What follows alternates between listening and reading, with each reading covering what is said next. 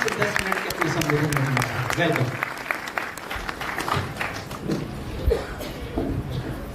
कैसे हैं आप सभी? बहुत देर से चुप बैठे हैं ना, ऐसा लग रहा है। कैसे हैं आप सब लोग?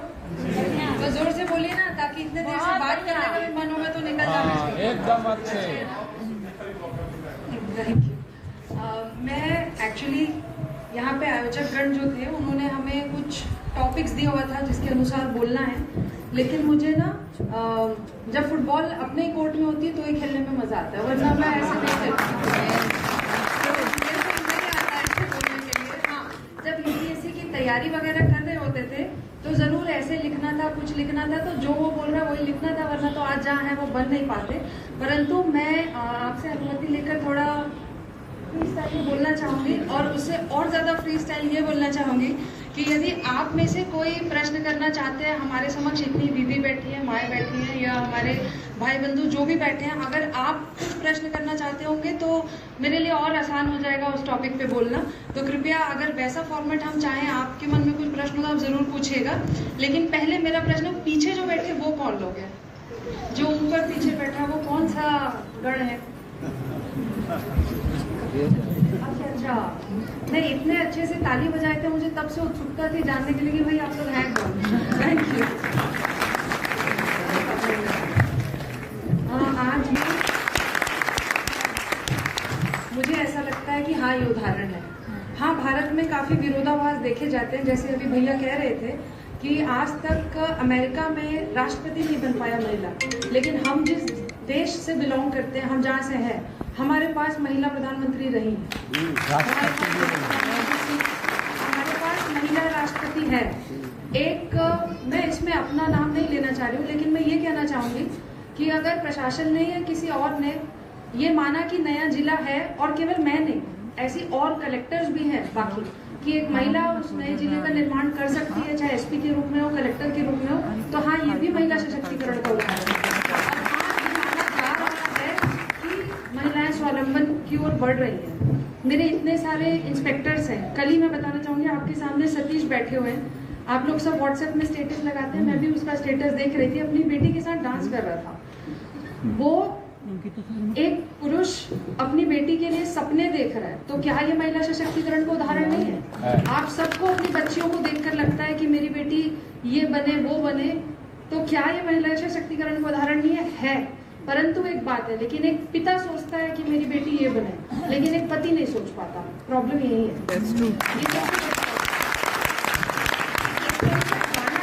गाने के बोल तो खैर याद नहीं है, लेकिन उसमें ऐसा होता है कि वैसे तो मैं सब कुछ करने के लिए सक्षम हूँ, लेकिन तुम साथ दो तो कोई और बात है, ऐसा कोई गाना है। तो मुझे ऐसा लगता है अगर जीवन में कभी ऐसा हो, आज हमारे सामने जो बैठे हुए हमारे भाई लोग हैं, कभी आपका विवाह हो, या आपकी धर्मपत्नी हो, या आपकी बहनें हो, या आपकी माताएं हो, जो आपको बड़ा कर दिया, उसके में इतनी क्षमता तो है कि वो अपने आप को बड़ा कर सकती है, लेकिन आप साथ दें तो कुछ और बात है। तो कृपया आप सभी उनका साथ दें। 2 छोटी छोटी बातें हैं जो मैं कहना चाहूंगी। मैं 2-4 दिन पहले ग्वालगुंडी, एक बहुत ही दूरस्थ स्थल है हमारे यहाँ का, एक ट्राइबल एरिया है, बैगा जनजाति वहाँ पे रहती है, वो सालेवारा थाने में आता है। सालेवारा थाने से कुछ 25 किलोमीटर होगा, मध्य प्रदेश से मात्र 1 किलोमीटर है। मैं वहाँ पर गई, हमारा एक कम्युनिटी पुलिसिंग के तहत एक कार्यक्रम का आयोजन हुआ था, और उसमें थी मैं, जब हम वहाँ पे भोजन कर रहे थे तो एक बच्ची मेरे पास आई और वो चुपके से मुझे बोली, मैम मुझे आपसे कुछ बात करनी है। मैंने बोला हाँ बताइए। वो बोले कि मेरे, उसकी उम्र कुछ 16-17 साल रही होगी। उसने बोला कि मेरे मम्मी पापा मेरी शादी करवाना चाहते हैं, लेकिन मैं पढ़ना चाहती हूँ। तो इस प्रकार की जो चीजें हैं, आप यहाँ पे देखिए, ये भी एक विरोधाभास है कि उतने दूरस्थ स्थल में रहने वाली बालिका अपने लिए सपने देख रही है, वो चाह रही है कि मैं पढ़ना चाहती हूँ। तो हाँ, अगर हमने उसको सपने देखने पे मजबूर किया और हमने ये वातावरण बनाया कि आप सपने देख सकती हैं और अपने सपनों को पूरा कर सकती हैं, तो कहीं ना कहीं हम आगे बढ़ रहे हैं, और हम वाकई आगे बढ़ रहे हैं। लेकिन हमें साथ साथ उनके जो माता पिता है, सभी को ये समझाना होगा कि आपकी बेटी भी आपके सपने पूरे कर सकती है। केवल बेटी का विवाह करना ही सपनों को पूरा करने के बराबर नहीं। मैंने उनसे पूछा कि आप ऐसे क्यों कर रही हैं, तो उन्होंने बताया कुछ आर्थिक समस्याएं हैं या कुछ और है, जो भी होगा। लेकिन फिर बाद में उन्हें कन्विंस किया गया कि उसके जो भी खर्चा होगा, क्योंकि बहुत ही सामान्य खर्चा अगर आप प्राइवेट करें या कुछ और करें, तो वो पुलिस प्रशासन द्वारा उठाया जाएगा, लेकिन आप अपनी बच्ची को पढ़ाएं। तो कुल मिला के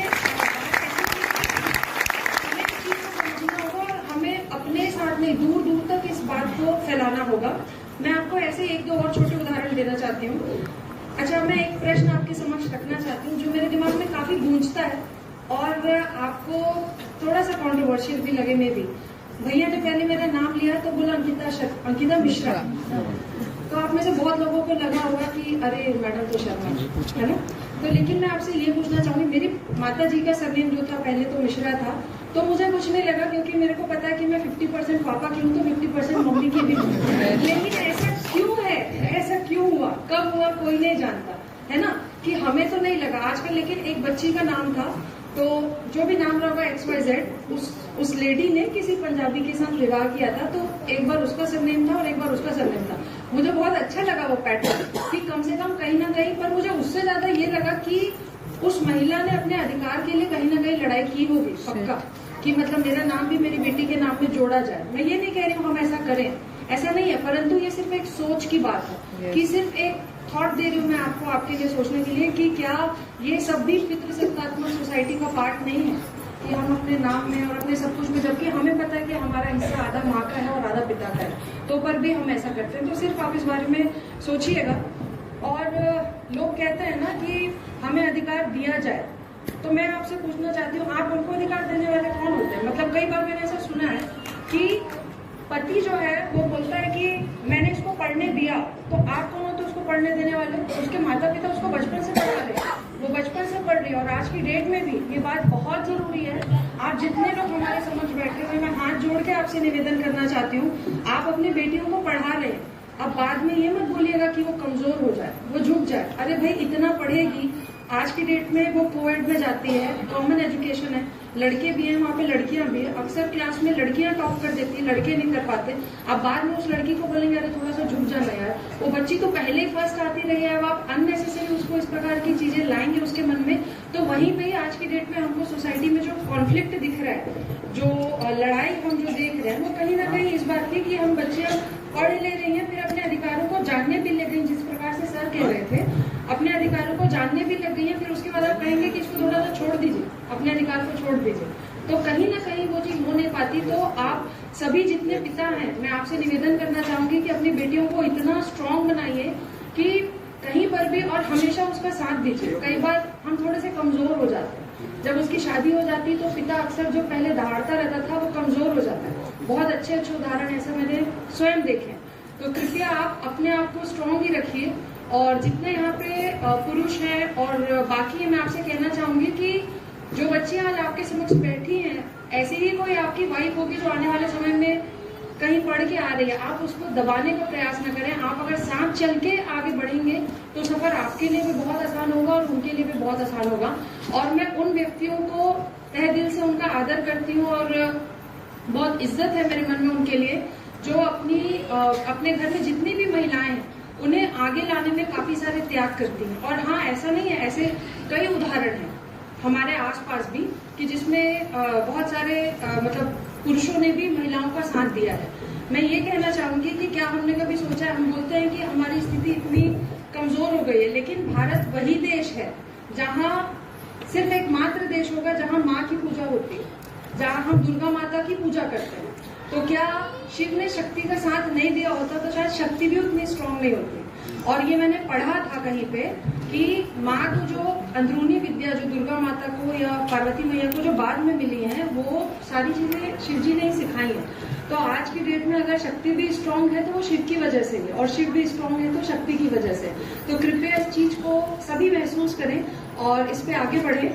और मुझे यही कहना है कि हमारा देश ऐसा नहीं है कि शुरू से ऐसा रहा है, क्योंकि अगर आप हिस्ट्री पढ़ेंगे और आप में से अगर कोई हिस्ट्री का जानकार हो तो ऋग्वेद टाइम पे भी, जैसा कोई कह रहा था, गार्गी एवं अन्य महिलाएं उस सभागार में उपस्थित होती थी। और हम तो ये भी कह रहे हैं कि माइथोलॉजिकली ही, मतलब पौराणिक तरीके से भी हम दुर्गा माता की प्रार्थना करते हैं, उन्हें देवी के रूप में स्वीकार करते हैं, वो भी तो एक माँ है। और सभी महिलाओं से मैं ये कहना चाहूंगी कि अगर वो कर सकती है तो हम क्यों नहीं कर सकते। आप कभी ये सोचें कि अगर दुर्गा माता किसी चीज को कर सकती है तो हम क्यों नहीं कर सकते। मैं एक बहुत छोटा सा उदाहरण देना चाहूंगी। जब मेरे बस्तर में पोस्टिंग हुई तो काफी सारे लोगों ने सोचा कि मतलब महिला है, उसके पहले इतने बड़े पद पे किसी महिला अधिकारी की पोस्टिंग नहीं हुई थी, वो भी नक्सल संवेदनशील क्षेत्र में। तो उन्होंने बोला, तो मैंने अपने दिमाग में सिर्फ दुर्गा माता की ही कल्पना की थी जो आज मैं आप सबके समक्ष रख रही हूँ कि अगर वो एक योद्धा भी हैं, वो एक स्त्री भी हैं, वो एक बेटी भी हैं, वो एक पत्नी भी है, सब कुछ है, तो अगर माँ इतने असुरों का संहार कर सकती है तो हम क्यों नहीं कर सकते।